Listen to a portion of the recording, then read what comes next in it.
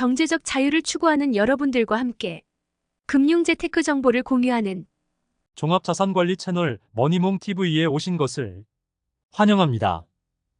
금융재테크 머니몽TV입니다. 오늘 영상은 최근 시장의 변동성이 변화무쌍하죠. 미국의 대표지수 연고점 대비 20% 이상 하락하는 베어마켓 약세장에 진입했습니다. 이러한 상황에서 향후에 V자로 바닥을 찍고 급반등할지 아니면 박스권에 갇혀서 지루한 행보장을 펼치는 기간 조정에 들어갈지 이러한 불확실한 상황에서 연 12%, 연 20%의 높은 분배금을 지급하는 커버드콜 전략을 활용하는 월배당 ETF, 특히 기초자산이 여러분들께서 많이 관심을 갖고 있는 미국 30년 국채 그리고 나스닥 100 지수에 대해서 4월 분배율, 수익률 리뷰하는 시간 갖도록 하겠습니다. 이렇게 시장의 변동성이 오르락내리락 할 때 과연 안정성이 있는 미국채에 목방하는 게 좋은지 아니면 좀 더 용기를 내서 회복했을 때 그래도 우상향할 수 있는 힘이 있는 나스닥 100 지수를 지금 저가 매수, 분할 매수하는 게 맞는지 여러분들의 생각은 어떻습니까? 그리고 이러한 커버드콜 ETF 말고 연금 펀드에 맞는 ETF는 어떤 게 있는지 알려달라는 내용들이 많이 있어서 이러한 내용으로 영상 진행하도록 하겠습니다. 자, 미국 30년 국채를 기초자산으로 하는 월배당 커버드콜 ETF는 국내에 지금 한 4가지가 대표적인 ETF로 있습니다. 한번 알아볼까요? 크게 보게 되면 솔에서 나온 ETF와 라이스에서 나온 ETF가 있고요. 그 다음에 삼성 코덱스에서 나온 ETF와 미래 타이거에서 나온 ETF로 나눠질 수가 있습니다. 두 가지 가장 큰 차이점이 뭘까요? 솔과 라이스는 환 노출형 상품이고요. 그리고 코덱스와 타이거 같은 경우는 기초자산은 똑같이 미국 30년 국채, 즉 잔존만기가 20년 이상 남은 TLT죠. 하지만 환 해지형 상품입니다. 이게 가장 큰 차이점이고요. 또 하나는 이 세 가지 상품은 합성, 즉 증권사가 만든 그 수익률과 지수를 그대로 운용사가 복제해서 수합 거래를 통해서 비용을 지불하고 가져오는 일명 패시브 전략을 활용하는 합성이고, 그리고 그 타이거 같은 경우는 그 운용사의 펀드 매니저가 직접 시장 상황에 개입하는 액티브 전략을 활용하고 있다는 게 차이점이라고 볼 수가 있습니다. 목표 분배율은 다 똑같네요. 단 연 12%고요. 이번 달 월 분배율은 조금씩 차이가 있지만 목표 분배율을 모두 맞추고 있는 것을 보실 수가 있습니다. 자, 그리고 또 하나 차이점 같은 경우는 솔과 그리고 라이스 같은 경우는 그 OTM 전략, 상방이 열려 있는 그런 어떤 자본 차익을 기초자산 상승률을 최대한으로 극대화하기 위해서 그 OTM 전략을 활용하고 있고, 다른 두 ETF 같은 경우는 그 만기가 일주일짜리를 월 한 8회 이상 콜옵션 매도하는 위클리 옵션을 쓰는 전략을 활용하고 있고, 그리고 요 솔과 라이스 같은 경우는 월말 배당입니다. 예, 배당 지급일이요. 그리고 타이거도 월말 배당이고, 코덱스만 월중 배당으로 차이점을 나타내고 있다는 것을 보실 수가 있겠죠. 그럼 최근 이 30년 국채를 기초자산으로 하는 월배당 커버드콜 ETF의 그 3개월 정도의 평균 수익률을 볼까요? 기초자산은 뭐죠? TLT죠.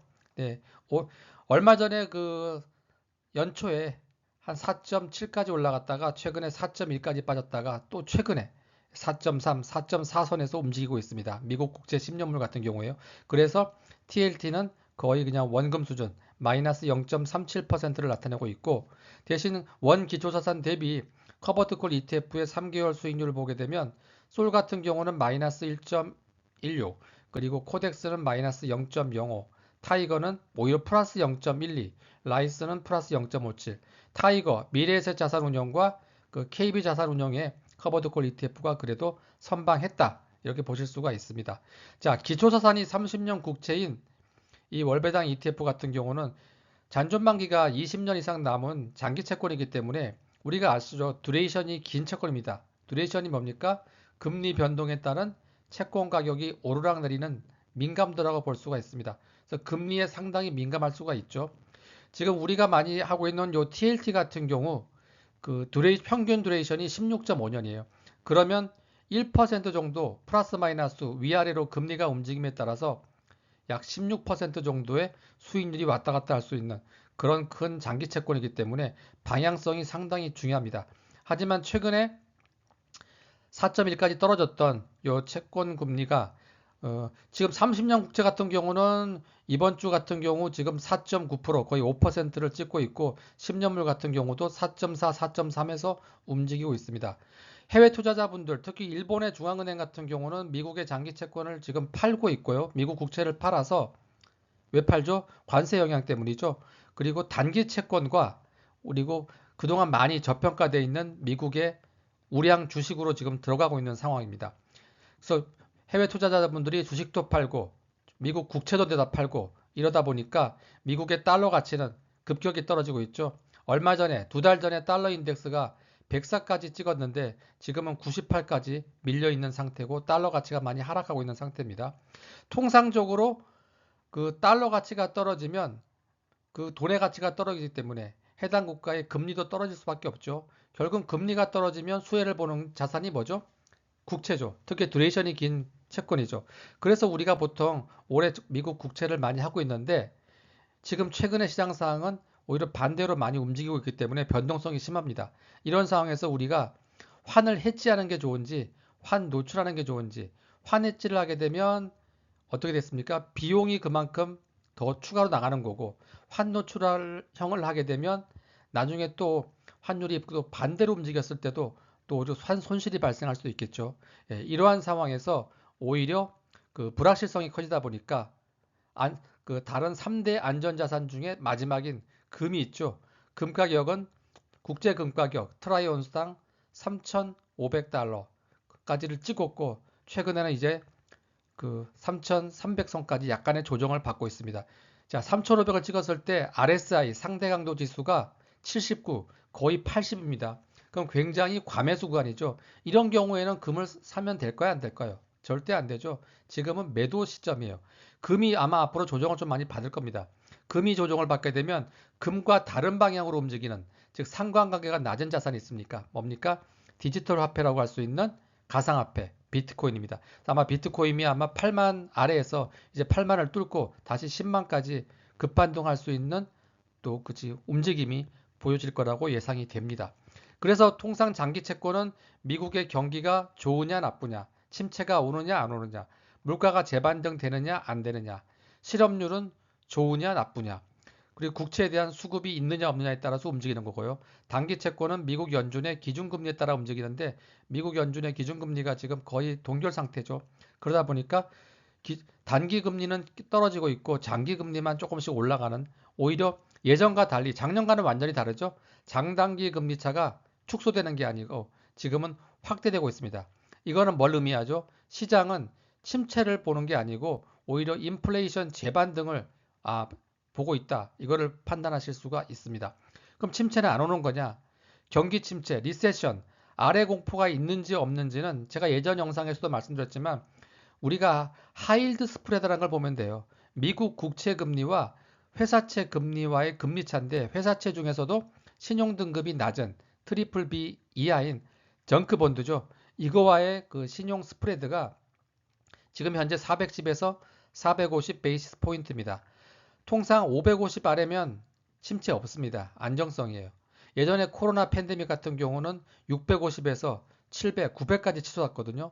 그래서 550이 넘기 전까지는 아직 침체보다는 인플레이션 재반등 쪽으로 더 포커스를 맞출 수 있다. 그래서 미국채 10년물 기준 같은 경우는 지금 4.4를 정점으로 해서 오르락내리락 할 거고 올라가면 한 4.65, 빠지면 4.15선까지 박스권에 갇힐 가능성이 많습니다. 그래서 우리가 통상 10년물이 4.4보다 높으면 매수하시고 4.4보다 떨어지면 홀드, 존버하는, 관망하는 투자를 하시게 되면 미국 30년 국채 투자 전략은 현명하지 않을까 판단이 되고요. 그 다음에 이런 배당이 나오는 분배금을 주는 커버드콜 ETF 말고 우리 IS 계좌나 연금 펀드에 담을 수 있는 채권은 뭐가 있을까요? 최근 같은 경우는 가장 안전한 게 이제 국내 단기 채권이죠. 그래서 단기 채권 같은 거는 보통 국고채 3년물 수익률 요새 한 2.4%입니다. 근데 만약에 우리나라 같은 경우는 지금 기준금리가 계속 떨어지고 있죠. 앞으로도 또 떨어진다고 하니까 방향성이 뚜렷합니다. 그래서 단기채라든가 조금 공격적이신 분들은 국내 10년물 채권형 ETF, 그 다음에 한 2704 회사채, 예를 들어서 2027년 4월에 만기인 그 AA- 싱글 A- 이상의 회사채 같은 경우는 만기까지만 보유하게 되면 한 4, 5% 수익률을 확정 지을 수 있고 또 원금 손실은 없죠. 그리고 연 6개월에 한 번씩 이표채이기 때문에 또 채권 이자를 지급하게 됩니다. 이런 자산들을 담으셔도 되고요.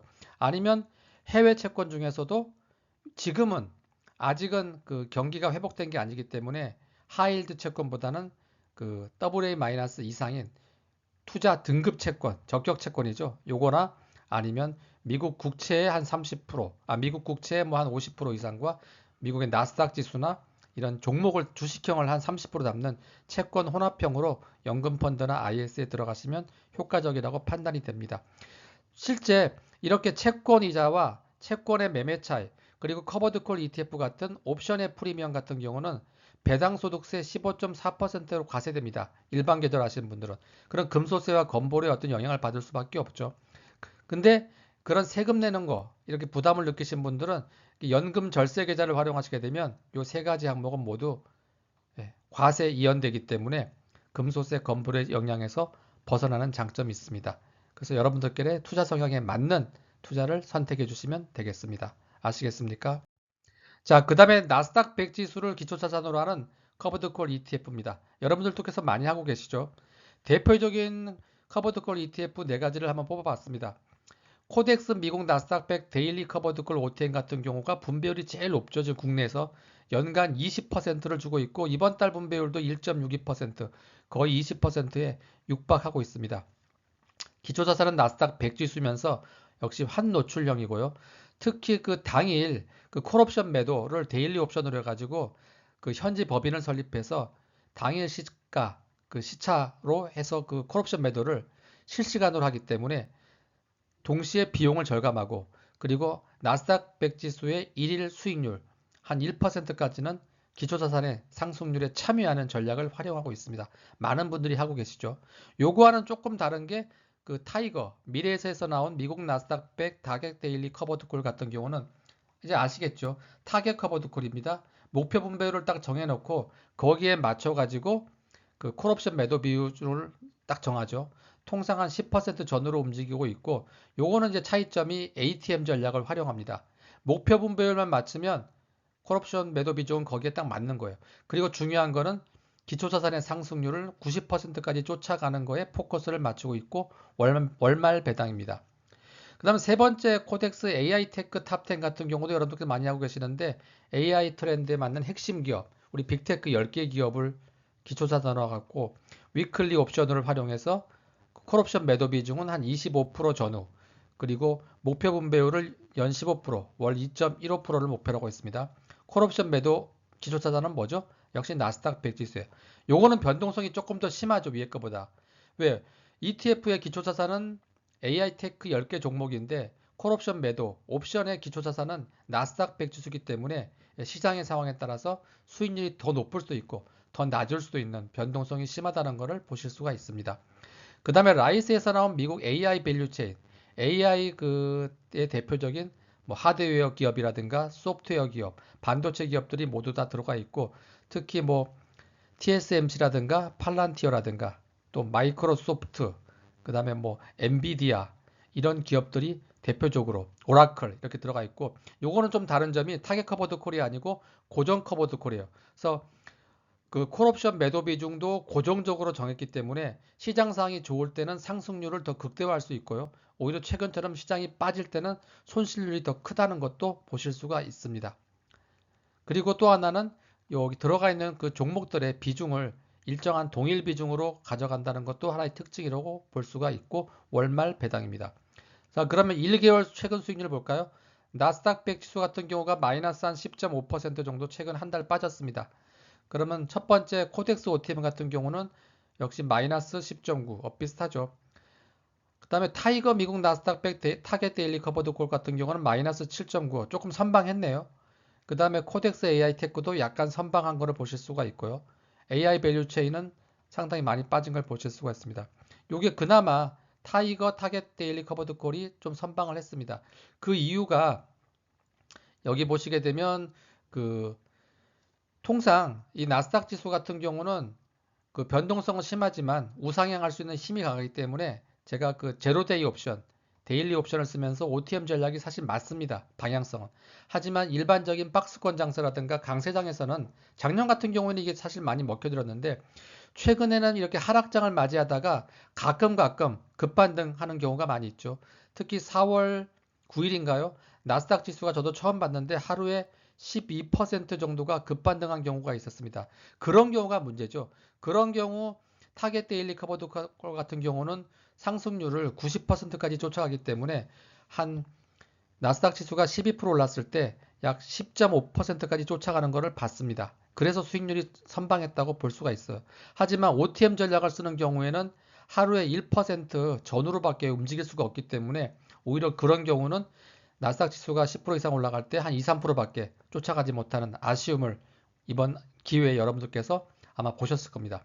그래서 결국은 이렇게 하락하다가 급반등했을 때는 오히려 OTM 전략보다는 ATM 전략을 활용하면서 그 콜옵션 매도 비중을 10% 이내로 줄이고 기초자산 상승률을 한 8, 90% 쫓아가는 타겟 커버드 콜 전략이나 고정 커버드 콜 전략을 쓰는 ETF가 더 양호했다는 것을 이번 기회에 우리가 알게 됐습니다. 여러분들께도 확인하셨습니까? 자, 최근의 시장 상황 같은 경우는 특히 이 지수를 보시게 되면 그 글로벌 관세 전쟁 때문에 상당히 변동성이 큰데 2025년에 지금 글로벌 관세 전쟁이 예전에 트럼프 1기 시대 2018년 10월부터 12월까지 상황과 너무나 유사합니다. 그때도 미중 무역 전쟁 벌어졌거든요. 그리고 그때는 미국에서 금리를 계속 지금 올리고 있는 상태였습니다. 예. 그래서 지금이랑 똑같이 그 트럼프 대통령께서 그 연준 의장, 파월 의장을 뭐 해고한다, 금리를 안 내리면 그런 발언들이 많이 있었고 최근도 그제 그런 발언들이 많이 나오고 있죠. 그때도 기자분들께서 금리를 정말 내릴 생각이 없는지 파월 연준장에게 물었습니다. 그때 파월 연준장이 뭐라고 얘기했죠? AP, 오토파일러. 유명한 말이죠. 자동으로 금리는 계속 올라간다. 그래서 그때 시장이 10월부터 12월까지 상당한 조정을 받았고 나스닥 지수 같은 경우도 한 37%, S&P 500 같은 경우도 한 25% 정도 한 달 12월 달에 빠졌습니다. 그러자 시장이 그렇게 엄청나게 변동을 맞자 결국은 패드풋이 나왔죠. 2018년 12월에 파월 연준 의장이 드디어 성명을 발표해서 금리 인상을 멈췄습니다. 그래서 시장이 그때부터 이제 바닥을 찍었죠. 그리고 그 다음에 2019년 1월 달 이제 FOMC회에서 미국 연준에서 이제 특별히 무제한 양적 완화, 유동성을 공급하고 금리를 내리기 시작했습니다. 그때부터 이제 시장이 몇 년간 강세장으로 바뀐 상황이랑 지금 상황이 너무나 유사해요.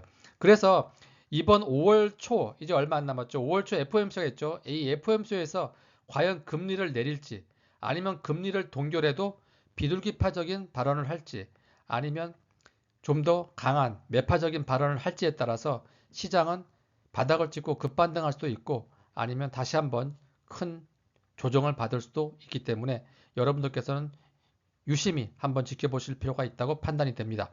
그래서 이렇게 10% 이상 빠지고 고점 대비 20% 이상 빠지는 약세장에 진입했을 때 심리적으로 많은 분들이 불안하시잖아요.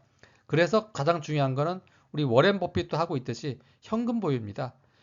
돈이 좀 여유가 있으신 분들은 현금을 보유하시는 것을 활용하시는 거고 만약에 현금이 모자라신 분들은 일반 ETF 같은 경우는 수익률이 하락했을 때 불안하지만 이렇게 배당 ETF라든가 커버드콜 ETF에서 분배금을 받게 되면 분배금도 굉장히 높잖아요. 지금 15%, 20%.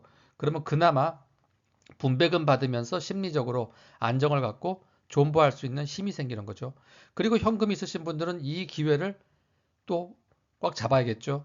그래서 그 RSI 상대 강도 지수가 지금처럼 30 이하로 많이 빠졌을 때, 또 빅스 변동성 지수가 얼마 전에 60까지 치솟았을 때, 그리고 피어 앤드 그리스 공포 탐욕 지수가 20 이하면 매수 시점인데요. 얼마 전에 7, 8까지 떨어졌죠. 이런 시점에 아마 많이 분할 매수하시는 분들은 안전 마진을 확보해서 연고점만 회복해도 연 3, 40% 수익률이 금방 회복되는 그런 그 기회를 또 가질 수도 있기 때문에 여러분들께서 이 기회를 놓치지 않기를 바라겠습니다. 그리고 IS 계좌나 연금 계좌에서 만약에 내가 이런 나스닥 관련 지수를 넣고 싶다. 물론 나스닥 100 지수를 넣는 게 가장 무난하죠. 아니면 S&P 500 지수 많이 하고 계십니다. 그리고 연금 계좌나 IS 계좌에는 굳이 커버드 콜 ETF를 담을 필요는 없죠. 커버드 콜 ETF는 큰 돈을 넣어가지고 또는 목돈을 넣어서 또는 적립식으로 넣어서 월 분배금을 은퇴자금으로 확보하시는 분들이 많이 하시는데, 오히려 이 IS 계좌 같은 경우는 연간 한도 2천만 원, 연금 계좌는 1,800만 원에 묶여 있으니까 이런 분들은 뭐 미국 테크 탑10이라든가 아니면 S&P 500에 50년 이상 배당을 지급한 배당 귀족주, 아니면 휴드, 미국 배당 다우존스, 그리고 아니면 타겟 데일리 커버드콜 TDF, 이런 것들을 담으시는 게 더 현명한 자산이라고 판단이 됩니다.